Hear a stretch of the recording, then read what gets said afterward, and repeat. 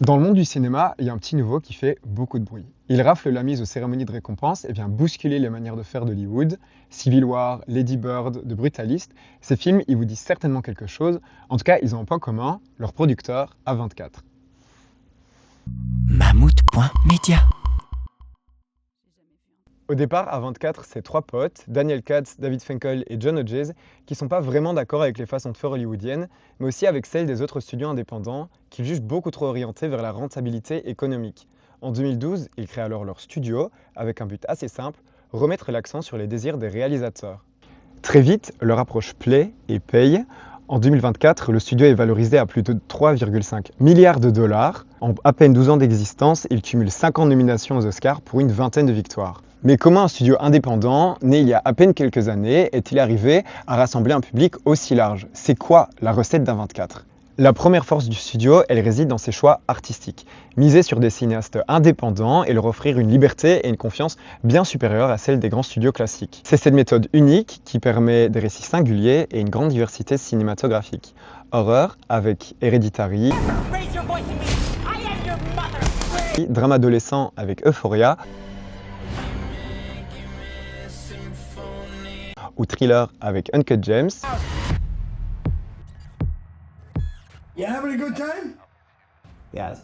Aucune production ne se ressemble. Même leur logo, qui s'affiche sur l'écran au début du film, s'adapte à l'univers de chaque œuvre. Ces façons de faire atypiques, elles attirent un public jeune et elles façonnent une identité très forte. Autre élément de la recette A24, c'est la maîtrise de l'image. À ses débuts, le studio investit massivement dans les réseaux sociaux, alors très peu exploités par ses compétiteurs.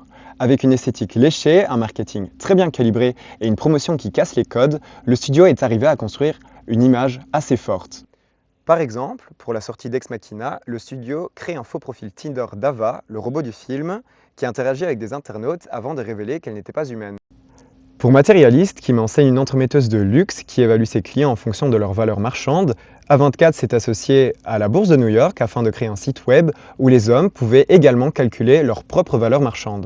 Pour Étienne Auger, qui est professeur de cinéma à l'université Erasme de Rotterdam, c'est cette manière unique de communiquer et de faire l'exclusivité qui a fait le succès fulgurant du studio. Il rend accessible un cinéma indépendant, souvent perçu comme élitiste. Mais pour un studio qui s'est construit en opposition à Hollywood, il commence aujourd'hui à en prendre les codes.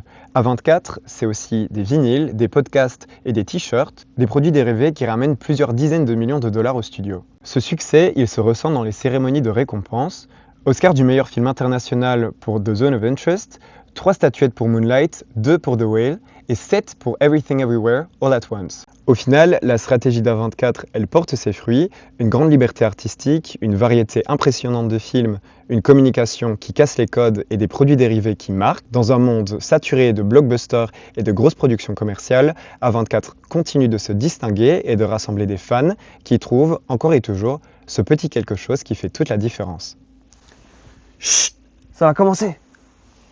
Mammouth.media. Mammouth.media? Tu connais pas?